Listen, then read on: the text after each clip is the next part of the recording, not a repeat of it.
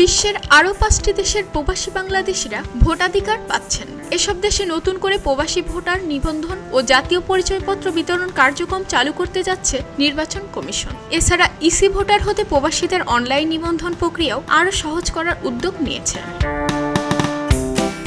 যে নতুন 5টি দেশে এই কার্যক্রম চালু হচ্ছে তার মধ্যে বাহরাইন, সুইডেন ও সিঙ্গাপুরের উদ্বোধনের সব প্রস্তুতি শেষ হয়েছে। চলতি মাসে নির্বাচন কমিশনার আনোয়ারুল ইসলাম সরকার সুইডেন এবং নির্বাচন commissioner brigadier general Abul Fazal Mohammad Sanaullah সিঙ্গাপুরের এই কার্যক্রমের উদ্বোধন করবেন।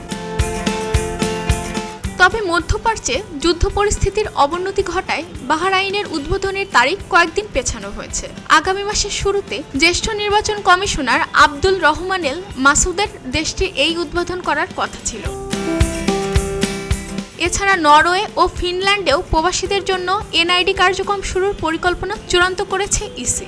দেশ দুটিতে বসবাসকারী বাংলাদেশিদের সুইডেন থেকে নিবন্ধন করতে হবে, কেননা নরওয়ে ও ফিনল্যান্ডের প্রবাসীরা কনসুলেট সেবা সুইডেন দূতাবাস থেকে নেন, আর প্রবাসে এনআইডি সেবা দেয়া হয় সংশ্লিষ্ট দেশের বাংলাদেশ দূতাবাসের মাধ্যমে। এক্ষেত্রে এসব দূতাবাসের মাধ্যমে প্রবাসীদের নিবন্ধনের আবেদন নিয়ে দেশ যাচাই বাছাই ও এনআইডি ছাপায় ইসি। পরিকল্পনায় থাকলেও ফ্রান্সে প্রবাসীদের ভোটার নিবন্ধন ও এনআইডি বিতরণ কার্যক্রমের আওতায় আনা আপাতত সম্ভব হচ্ছে না। ফ্রান্সের বাংলাদেশ দূতাবাসের মাধ্যমে কার্যক্রমটি পরিচালিত হওয়ার জন্য সেখানকার কর্মকর্তাদের প্রশিক্ষণ দেওয়ার কথা ছিল। দূতাবাস থেকে জানানো হয়েছে এখনও তারা প্রস্তুত নয়, তাই আপাতত দেশটিতে কার্যক্রম স্থগিত করেছে ইসি। খবরের কাগজ, নিখাত, নির্ভীক, নিরপেক্ষ।